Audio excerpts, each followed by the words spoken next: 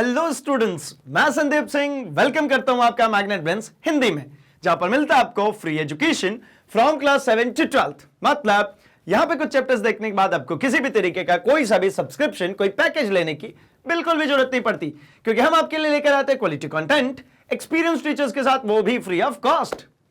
तो जैसा कि हम मिला करते हैं हमारे फिजिक्स सब्जेक्ट के साथ, एंड अब हम डिस्कस करने वाले हैं क्लास 10th के चैप्टर नंबर 12 विद्युत के माइंड मैप की। जी हां, एक ऐसा सेगमेंट जहां से हम कोशिश करते हैं क्या करने की भाई, एक सिंगल स्क्रीन पे पूरे चैप्टर को रिवाइज करने की। मतलब एक सिंगल स्क्रीन, सारे टॉपिक्स एक स्क्रीन पे, मतलब एक फ्लो चार्ट के जरिए ये पूरा ही चैप्टर हम करने वाले हैं रिवाइज। एंड आई होप कि आप इस वीडियो से पहले जो कंसेप्ट वीडियोस है वो खत्म कर चुके हैं, वन शॉट रिवीजन वीडियोस आप खत्म कर चुके हैं, आपने क्वेश्चन आंसर्स देख लिए हैं, आपने एग्जाम्पलर की सीरीज देख ली, आपने एमसीक्यूज देख ली। मतलब क्या, मतलब ये कि अब आप एग्जाम के लिए बिल्कुल प्रिपेयर्ड हैं, एंड अब एंड वक्त पे हम आते हैं क्या लेकर के, रिवीजन। मतलब एक क्विक टाइम में पूरे चैप्टर का रिवीजन, जो कि मदद करता है आपको पूरे चैप्टर को समराइज करने में, याद रखने में। ठीक है, तो चलिए सेशन को शुरू करते हैं फटाफट से। सबसे पहले हम स्टार्ट कर रहे हैं भैया क्या, तो विद्युत से ही शुरू करनी है, यानी इसी के बिहेवियर से हम पूरी गणित को स्टार्ट करेंगे। क्या है भाई, तो सबसे पहला टर्म ही है हमारे पास क्या, विद्युत। विद्युत का मतलब क्या, तो विद्युत का मतलब हमने समझा हुआ है, यह होता है हमारा बिहेवियर ऑफ चार्ज। विद्युत का मतलब क्या है, यह है बिहेवियर ऑफ चार्ज। मतलब मैं कहता हूं कि ये आवेश के बारे में बात हो रही है ना। चार्ज का अल्टीमेट मतलब क्या है, ये आवेश। अब आवेश के व्यवहार के बारे में बात हो रही, कैसे कैसे आवेश के व्यवहार हो सकते हैं भाई, तो इसके दो तरीके के व्यवहार है। एक इसका स्थैतिक, मतलब जब ये रुका हो, और एक इसका क्या होगा भाई, तो एक इसका गतिकी, मतलब ये चल रहा हो। जब ये स्थैतिक होता है तो इसको ही हम कहते हैं इलेक्ट्रोस्टैटिक्स, मतलब स्थिर वैद्युत। ठीक है, क्या कहते हैं इसको, स्थिर वैद्युत। और गति की मतलब आवेश अगर गति कर रहे हो तो इसको कहते हैं हम, देखिए गति को कहते हैं हम करंट, तो इसको क्या कहेंगे, विद्युत धारा। मतलब इसको कहते हैं हम इलेक्ट्रिक करंट। यानी हमारे पास में ये दो तरीके के ब्रांचेस खुल जाती है, कहां से, आवेश से।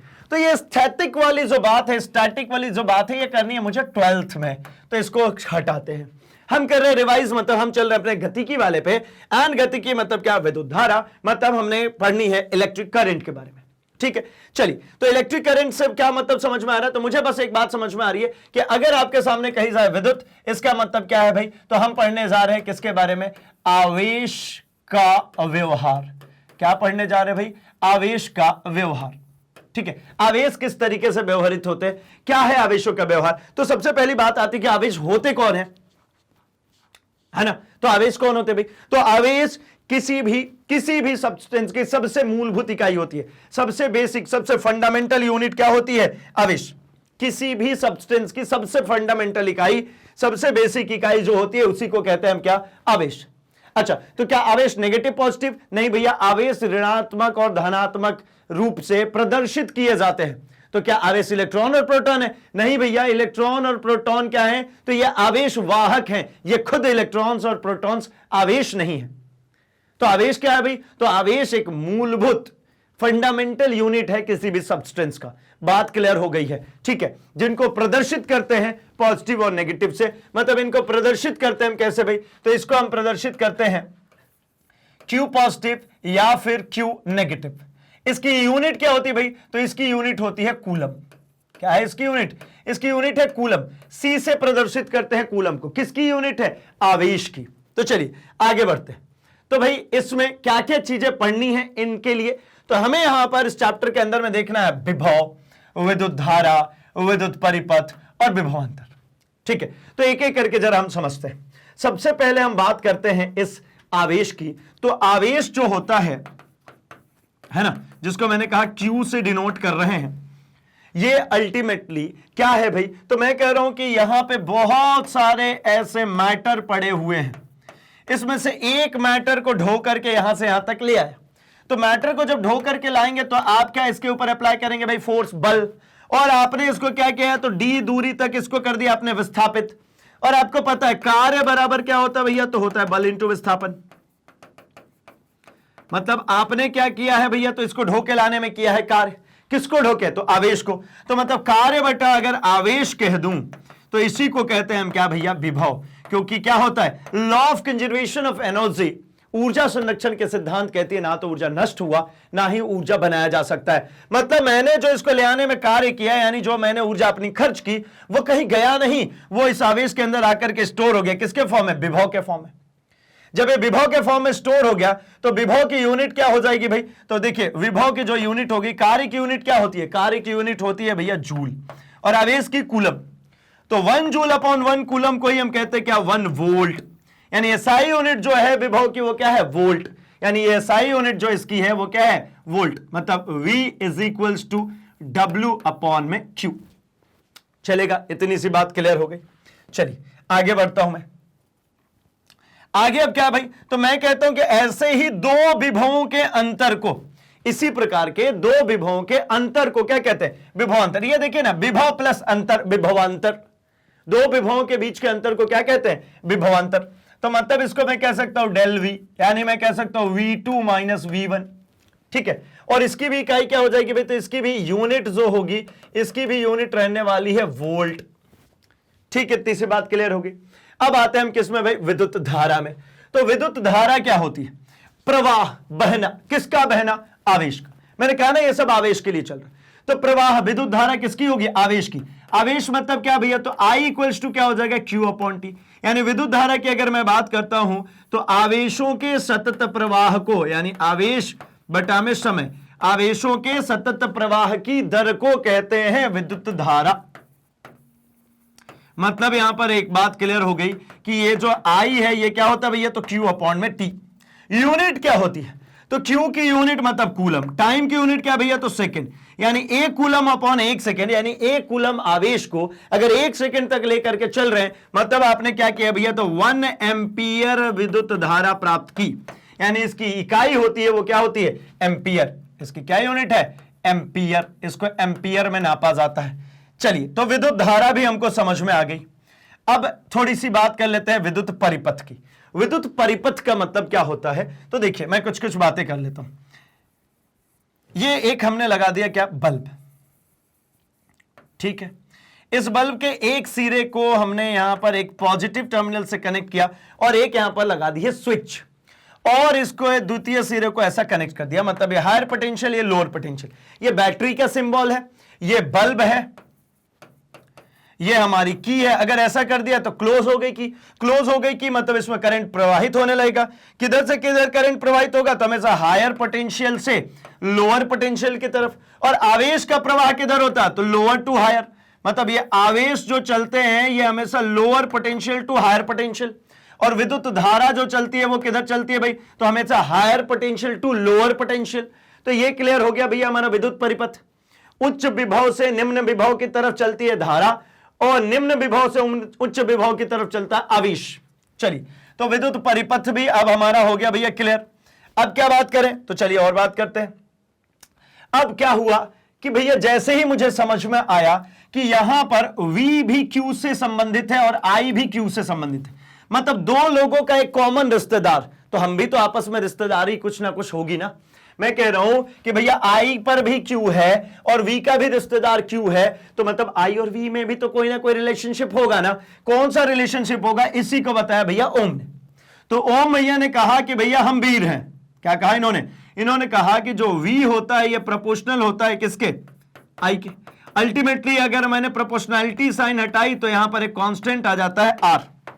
इन्होंने कहा कि अगर एक बंद परिपथ के, ये रहा प्रतिरोध कहते हैं इसको, रुकावट, इसके पैरेलल में इन्होंने लगाया वोल्टमीटर, और यहां पर एक की लगाई और यहां पर बैटरी लगा दिया, एंड इसके साथ ही साथ यहां पर लगा दिया इन्होंने एक एमीटर।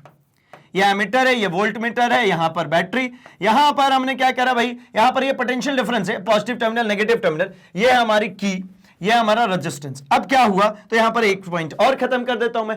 आपने की को हमेशा कहां भाई, तो पॉजिटिव टर्मिनल से कनेक्ट किया है, की को क्लोज किया, यहां पे करंट जाएगा एंड ये रेजिस्टेंस से होता हुआ ये करंट एमीटर से होता हुआ आकर के मिल जाएगा नेगेटिव टर्मिनल पे। तो एक बात समझ में आती है, एमीटर हमेशा किस में कनेक्ट की जाती है भाई? सीरीज में। एमीटर हमेशा सीरीज कॉम्बिनेशन में। और वोल्ट मीटर, ये वोल्ट मीटर है। वोल्ट मीटर का मतलब क्या समझ, ये क्या है भाई? एमीटर। एमीटर का मतलब क्या है? जो विद्युत धारा को नापेगा। किस में कनेक्ट होगा? सीरीज में। वोल्ट मीटर किस में कनेक्ट होगा हमेशा? तो ये हमेशा पैरेलल में, हमेशा ही किस में भाई? तो ये समांतर में, समांतर क्रम। और ये किस में? ये श्रेणी क्रम। एक और बात सिखा दूं, अगर ये समांतर क्रम में है तो करंट को तो यहां से जाने के लिए, धारा को जाने के लिए तो दो रास्ते मिल गए। तो भैया वोल्ट मीटर से कोई करंट नहीं जाना चाहिए आइडियली। तो यहां पे मैं अगर कहता हूं कि अगर ये एक आइडियल वोल्ट मीटर है तो इसका जो प्रतिरोध होगा वो इनफाइनाइट होना चाहिए। और अगर एमीटर एक आइडियल एमीटर, आइडियल मतलब क्या भाई? आदर्श। ये कैसा एमीटर है? ये अगर एक आदर्श एमीटर है ना, तो इसका भी रेजिस्टेंस कैसा होगा? तो इसका रेजिस्टेंस होना चाहिए 0। मतलब मैं चाहता हूं कि एमीटर से पूरा का पूरा करंट जाए, तभी तो धारा नाप पाऊंगा। कोई चीज प्रवाहित हो रही है, उसका बहाव नापना है तो भैया उसमें उतरना पड़ेगा, है ना। और उतरने के बाद हम कुछ रोक नहीं सकते। अगर हम रोक देंगे, देखिए मैंने एक पाइप में से पानी बह रहा है, मैं उसमें उतरा, उसका प्रवाह नापने, और मैं उसको रोक दूं पानी को, तो अल्टीमेटली प्रवाह को तो मैंने ही कम कर दिया, यानी मेजरमेंट में गड़बड़ी आएगी। यानी मैं जब उतरूं तो मैं कुछ रोकूं नहीं, मतलब रेजिस्टेंस 0। यहां पर रेजिस्टेंस कैसा? इनफाइनाइट। और ये रेजिस्टेंस खुद होता क्या भाई? तो ये रेजिस्टेंस है रुकावट। ये रेजिस्टेंस जो है ये क्या है? ये रुकावट, ऑब्स्टिकल। कहां पे? Present in the path of electric current. और ये जितने भी अपरेटर्स है, जितना आप इस्तेमाल करते हैं, आप बल्ब कहिए, टीवी कहिए, फ्रिज कहिए, कूलर कहिए, एसी कहिए, सब क्या है? रेजिस्टेंस है भाई। इसका काम क्या है? विद्युत ऊर्जा लेना और एक दूसरे रूप में उसको परिवर्तित कर देना, है ना। अगर हीटर को दिया तो विद्युत से हीट एनर्जी, बल्ब को दिया तो इलेक्ट्रिकल टू लाइट एनर्जी, ठीक है। फैन को दिया तो इलेक्ट्रिकल टू मैकेनिकल एनर्जी। ये जो सर्किट है ये ओम्स लॉ की सर्किट है। इन्होंने कहा था कि किसी बंद परिपथ में इलेक्ट्रिक पोटेंशियल डायरेक्टली प्रोपोर्शनल होगा इलेक्ट्रिक करंट के। प्रोपोर्शनलिटी का चिन्ह हटाते तो हमेशा एक स्थिरांक आता है। यहां पर स्थिरांक कौन है? आर। आर कैसा भैया? बिल्कुल कांस्टेंट। आर क्या है? स्थिरांक है। चलिए अब इसको मैं हटाता हूं एंड हम इस सीरीज को आगे बढ़ाते हैं एंड अब ले आते हैं अगले टॉपिक को। तो यहां से क्या समझ में? आर। अब आर से ही आगे की तरफ हम बात करेंगे, है ना। तो कारक जिन पर किसी चालक का प्रतिरोध निर्भर करता है, कौन कौन से फैक्टर्स है जिस पर रेजिस्टेंस निर्भर करता है? तो देखिए रेजिस्टेंस निर्भर करता है एक लेंथ पर, मतलब आर जो है प्रतिरोध जो है यह समानुपाती है चालक की लंबाई के, और यही प्रतिरोध इनवर्सली प्रोपोर्शनल है किसके? अनुप्रस्थ काट के क्षेत्रफल के। शॉर्ट में लिखना पड़ेगा मुझे, अनुप्रस्थ काट के क्षेत्रफल के, ठीक।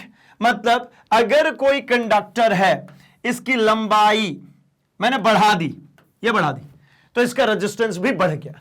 और मैंने अगर इसका ये रहा एरिया ऑफ क्रॉस सेक्शन, है ना, अनुप्रस्थ काट का क्षेत्रफल, या अनुप्रस्थ काट का क्षेत्रफल अगर मैंने ऐसा बढ़ा दिया तो इसका अभी क्या हुआ? इसका रेजिस्टेंस कम हो गया। लंबाई बढ़ाया, लंबाई बढ़ाया तो रेजिस्टेंस बढ़ा। एरिया ऑफ क्रॉस सेक्शन को मैंने अगर बढ़ा दिया तो रेजिस्टेंस कम हो गया। मतलब एरिया ऑफ क्रॉस सेक्शन बढ़ेगा, अनुप्रस्थ काट का क्षेत्रफल बढ़ेगा, इसकी मोटाई बढ़ेगी तो प्रतिरोध कम होगा, लंबाई बढ़ेगी तो प्रतिरोध बढ़ेगा। और इसको याद रखने का एक तरीका मैंने सिखाया था क्या? तो मैं कहता हूं कि पहले 2 किलोमीटर तक उबड़ खाबड़ वाला रोड था, अब 4 किलोमीटर हो गया, मतलब लंबाई बढ़ गई, तो क्या होगा? ऑब्वियस ही बात है आपको रेजिस्टेंस ज्यादा ऑफर होगा। और एरिया ऑफ क्रॉस सेक्शन मतलब अगर पाइप एक है उसमें से पानी जा रहा है, अब मोटा पाइप अगर यूज करेंगे तो उसको कम तकलीफ होने वाली है ना पानी के बहाव को, मतलब रेजिस्टेंस कम ऑफर होगा। इन दोनों को अगर कंबाइन कर देंगे तो अपने को मिल जाता आर इज इक्वल्स टू और रो एल अपॉन ए। जहां पर ये रो है इसी को कहते हैं हम क्या? विशिष्ट प्रतिरोध। क्या कहते हैं इसको? विशिष्ट प्रतिरोध। इसका मतलब क्या होता है भाई कि अगर ये एल और ए की वैल्यू 1 1 हो, एल कितना 1, ए कितना 1, तो यहां पर अगर आप देख पाएंगे तो आर कितना हो जाएगा भैया? इस रो के बराबर। मतलब एक ऐसा कंडक्टर लीजिए जिसका लेंथ 1 यूनिट हो और एरिया ऑफ क्रॉस सेक्शन कितना? 1 स्क्वायर यूनिट हो। तो भैया उसका रेजिस्टेंस कितना हो जाएगा, तो उसका रेजिस्टेंस हो जाएगा बिल्कुल उसी के स्पेसिफिक रेजिस्टेंस यानी विशिष्ट प्रतिरोध के बराबर। आई होप कि यहां तक की बात बिल्कुल क्लियर हो गई। चलिए, तो अब हम इस प्रतिरोधक जो ये रो मिला है इसी की बात कर रहे हैं। ये प्रतिरोधक का अल्टीमेट मतलब क्या भैया, इस रो की हम बात करें, विशिष्ट प्रतिरोध कहते हैं जिसको। ठीक, चलिए इसके बारे में अगर हम बात करते हैं, ठीक है, तो देखिए अब हम थोड़ा सा और आगे की तरफ बढ़ते हैं और हम जरा डिस्कस कर लेते हैं प्रतिरोधों के निकाय का प्रतिरोध मतलब क्या, कॉम्बिनेशन ऑफ रेजिस्टेंसेस की बात कर रहे हैं। ठीक है, किसकी, कॉम्बिनेशन ऑफ रेजिस्टेंस। अगर कॉम्बिनेशन ऑफ रेजिस्टेंस की बात करें तो दो तरीके के कॉम्बिनेशंस पॉसिबल है, एक श्रेणी क्रम और एक पार्श्व क्रम। ठीक है, सीरीज कॉम्बिनेशन मतलब क्या, एक प्रतिरोध ये रहा, एक प्रतिरोध ये रहा, एक प्रतिरोध ये रहा। मान लीजिए 3 प्रतिरोध मैंने कनेक्ट किए सीरीज में, मतलब named as this is R1, this is R2 and this is R3। अगर इन तीनों को हटाकर एक प्रतिरोध लगाने की बात आए तो ये R1 plus R2 plus R3 हो जाएगा। ठीक इसी प्रकार से यहां कह रहे हैं पार्श्व क्रम। तो पार्श्व क्रम का मतलब होता है एक ही पॉइंट से रेजिस्टेंसेस आपने, सबका स्टार्टिंग पॉइंट एक ही पॉइंट पर है, सबका एंड पॉइंट भी एक ही जगह पे है। इस संदर्भ में named as R1, R2 and R3, तो इसका 1/R इक्विवेलेंट निकाल सकते हैं आप 1/R1 plus 1/R2 plus 1/R3 के रूप में। ठीक है, पैरेलल में है तो ऊपर नीचे ऐसे ही फॉर्मूला भी दिख रहा है ना, और अगर सीरीज में है तो सीधे सीधे जोड़ दीजिए। एक बात और, अगर श्रेणी क्रम में है तो इसमें I जो होता है ये समान रहता है, ये नहीं बढ़ता, और V जो है, विभव जो है, ये हो जाता है भैया डिस्ट्रीब्यूट। मतलब देखिए यहां पर, अच्छा इसको मैं चेंज करता हूं कलर एंड मैं यहां पर मार्क करूं, तो ये होता है मेरा यहां पर V1, चेंज होने की बात थी भाई, ये हो गया इसके अक्रॉस V1, इसके अक्रॉस V2 और इसके अक्रॉस V3। मतलब ये V जो है ये क्या होगा, ये बटेगा, ऐसा ही लिख देता हूं मैं याद रखने के लिए।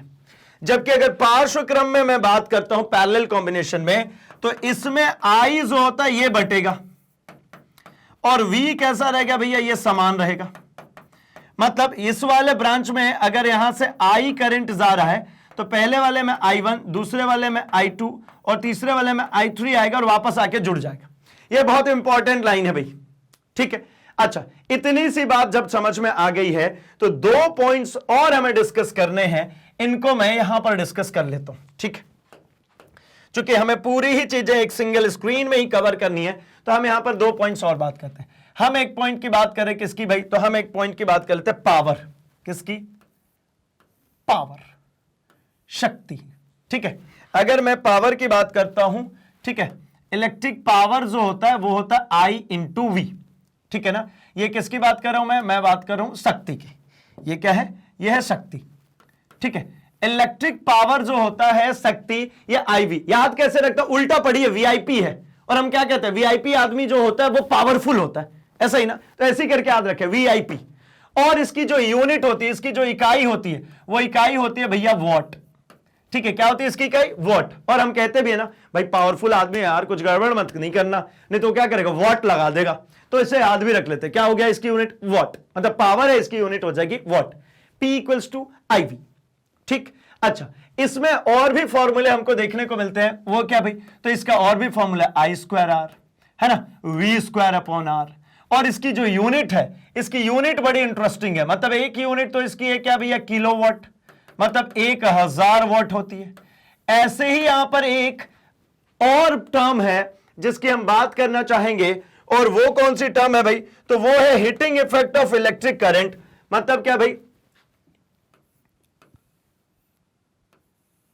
H equals to joules heating effect के भी नाम से जानते हैं इसको। H इज इक्वल्स टू क्या, तो VIT। ये VIP है, ये VIT है। टाइम का मल्टीप्लाई कर देंगे अगर पावर में, तो ये क्या बन जाएगी, ऊर्जा। तो इसकी यूनिट क्या हो जाएगी, जूल। इसकी जो यूनिट है, इसकी यूनिट क्या है, इसकी यूनिट है भैया जूल, क्योंकि हीट है। और इसको अगर हम सॉल्व करें, ये टर्म्स ऊपर से उठा उठा के रखिए ना, तो इसको और क्या लिख सकते हैं, तो इसको लिख सकते हैं I²RT, इसको लिख सकते हैं V²/RT।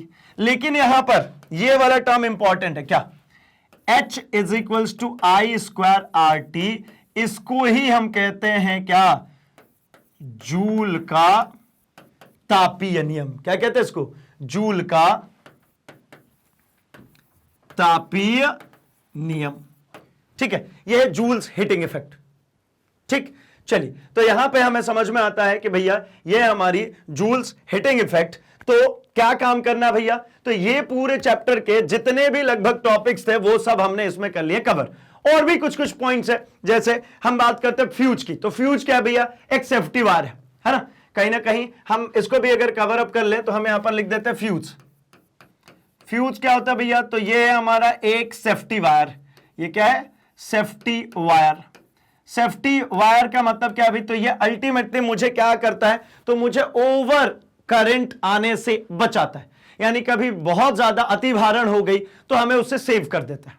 ठीक है, क्या होती है इसकी कंडीशन, तो ये बेस्ड होता है हमारा जूल के तापीय नियम पे। अगर बहुत ज्यादा करंट आप विड्रॉल करेंगे तो आप देखिए I² RT होता है। आई का मतलब क्या है भाई, तो विद्युत धारा। अगर बहुत ज्यादा धारा की डिमांड करेंगे तो हीट बढ़ने लगी, हीट बढ़ेगी तो क्या करेगा, वो फ्यूज को पिघला देगा। अब यहीं से 2 पॉइंट और समझ में आता है कि रेजिस्टेंस के लिए हमने यहां पर 2 बातें लिखी थी, और 2 पॉइंट है जो फॉर्मूले में नहीं आती लेकिन रियल में आती है। क्या भाई, तो एक है यहां पर टेम्परेचर, ऐसा, एक है क्या, तापमान। ठीक है, तापमान बढ़ाने पर, अगर तापमान को आप क्या कर रहे हैं, तापमान को अगर आप बढ़ाएंगे तो ये अल्टीमेटली आपके प्रतिरोध को क्या कर देगा, प्रतिरोध को भी बढ़ा देगा। और एक आती है टर्म क्या भी, मटेरियल यूज्ड। आप कौन सा मटेरियल यूज कर रहे हैं उस पर भी निर्भरता होती है प्रतिरोध की। ठीक है ना, आप कौन सा मेटल यूज करें, नॉन मेटल यूज करें, उसके अकॉर्डिंगली भी ये चेंज होता है। चलिए, तो यहां तक हमने कुछ बातें कर ली है। आप चाहें तो भैया आप इसका स्क्रीनशॉट रखिए, आप इसका प्रिंट आउट निकालिए। आप सबसे बेहतर तो यह भी कर सकते हैं कि इसको और बेहतर, और भी बेहतर एक चार्ट ले आइए, उसमें आप इसको बनाइए एंड उसकी फोटो हमारे साथ भी शेयर कीजिए हमारे सोशल मीडिया प्लेटफॉर्म पे। ठीक है, ताकि और लोगों को भी मोटिवेशन मिले। एंड आई होप कि ये जो माइंड मैप वाला पूरा सीरीज है, इसके अंतर्गत आप पूरे चैप्टर को बहुत कम समय में रिवाइज कर पा रहे होंगे। ये अल्टीमेटली क्या है, तो ये आपको दिख भले टॉपिक्स रहे, लेकिन आपका ब्रेन अगर पूरे चैप्टर को डिस्कस किया हुआ है, आपके ब्रेन ने पूरे चैप्टर को पढ़ा हुआ है थोरोली, तो उसको विद्युत धारा नहीं दिख रही होगी। वो विद्युत धारा के साथ में उसकी डेफिनेशन, उसकी यूनिट, उसकी एकांक यूनिट के लिए डेफिनेशन, सब कुछ दिख रहा होगा। मतलब होने वाले उसमें सारे परिवर्तन, सब कुछ। यानी ये एक ऐसी तरकीब है जिससे हम अपने ब्रेन को बार बार बार बार जगा करके रखते हैं। ठीक है, चलिए, क्लियर है क्या बात? अगर इतनी सी बात आपको क्लियर है तो मैं इस पे से जो भी मैंने कलाकारी करी है इसको मैं हटाता हूं, एंड आप चाहें तो इसका भी स्क्रीनशॉट रख सकते हैं। एंड आप सबसे बेहतर, मैं बार बार रिपीट कर रहा हूं कि भाई आप स्वयं बनाइए, यह बहुत बेहतर तरीका होता है चैप्टर को रिवाइज करने का एंड लॉन्ग टर्म तक याद रखने का। तो देखिए भाई, यहां पर हम बात करें तो भाई इसी तरीके के और कोर्स कंटेंट के लिए आप सिंपली बने रहिए मैग्नेट ब्रेन्स के साथ। मैग्नेट ब्रेन्स कमिटेड है एक हाई क्वालिटी एजुकेशन प्रोवाइड कराने के लिए, एंड फुल्ली कमिटमेंट है भाई कि आपके मार्क्स हर समय बेहतर आएंगे। आप दिन प्रतिदिन अपने नॉलेज को इंप्रूव करते जाएंगे मैग्नेट ब्रेन्स के साथ। क्या क्या कोर्सेस डील करते भाई, तो सिंपली देखिए यहां पर CBSE Hindi medium as well as English medium. मतलब सीबीएसई का क्या है भाई, तो एनसीईआरटी से अगर आपकी कोर्स बुक एनसीईआरटी है, आप किसी भी स्टेट बोर्ड से हो, आप किसी भी माध्यम से हो, आपके लिए ये पूरी क्लासेस मिलती है फ्री ऑफ कॉस्ट। साथ ही साथ अगर यूपी या बिहार बोर्ड से, तो आपके लिए तो एक्सक्लूसिव प्लेलिस्ट है जहां पर आपके बोर्ड के अकॉर्डिंगली आपके previous year question papers, most important question papers and बहुत सारा कोर्स कंटेंट आपको मिल जाता है free of cost. Along with this, अगर आप एनटीएससी, ओलंपियाड या सीयूईटी की प्रिपरेशन कर रहे हैं, तब भी आपको परेशान होने, घबराने या कहीं और जाने की जरूरत नहीं है, क्योंकि मैग्नेट ब्रेन्स है ना आपके साथ, जो कि free of cost quality education provide कराते हैं। साथ ही साथ अगर आप चाहते हैं थोड़ी सी स्पोकन इंग्लिश की तरफ भी काम करना, मतलब स्पोकन इंग्लिश वाले पोर्शन पे भी जाकर के अपनी इंग्लिश को इंप्रूव कर सकते हैं, ये सब कुछ मिलता है भैया फ्री ऑफ कॉस्ट। तो अगर आप चाहते हैं थोड़ी बहुत और इंप्रोवाइजेशन, तो क्या करना होगा भाई, आप डिस्क्रिप्शन बॉक्स में जाइए, वहां पर आपको लिंक मिलेगा, लिंक को फॉलो कीजिए एंड आप अपने लिए, अपने दोस्तों के लिए, अपने घर वालों के लिए books and e books purchase कर सकते हैं। तो जिस तरीके से आप हमारे साथ हमारे YouTube पे जुड़े हुए हैं, इसी तरीके से आप हमारे सोशल मीडिया प्लेटफॉर्म पर भी कनेक्ट हो सकते हैं। मतलब फेसबुक, इंस्टाग्राम, ट्विटर, टेलीग्राम पर भी जुड़ सकते हैं, जहां पर आपके सुझाव आमंत्रित है एंड हमारी तरफ से कोई भी नई इंफॉर्मेशन होती है वो जल्दी से आप तक पहुंच जाती है। तो भैया इसी अच्छी बात से फटाफट इस वीडियो को लाइक कर दीजिए, चैनल को सब्सक्राइब एंड इसे अपने दोस्तों में शेयर भी कर दीजिए भाई, क्योंकि उन्हें भी तो बताना है कि मैग्नेट ब्रेन्स हिंदी लेकर के आते क्वालिटी एजुकेशन, वो भी free of cost and experience teachers के साथ। तो बने रहिए हमारे साथ, हम मिल रहे हैं अपने अगले चैप्टर के माइंड मैप के साथ। तब तक के लिए थैंक्स फॉर वॉचिंग।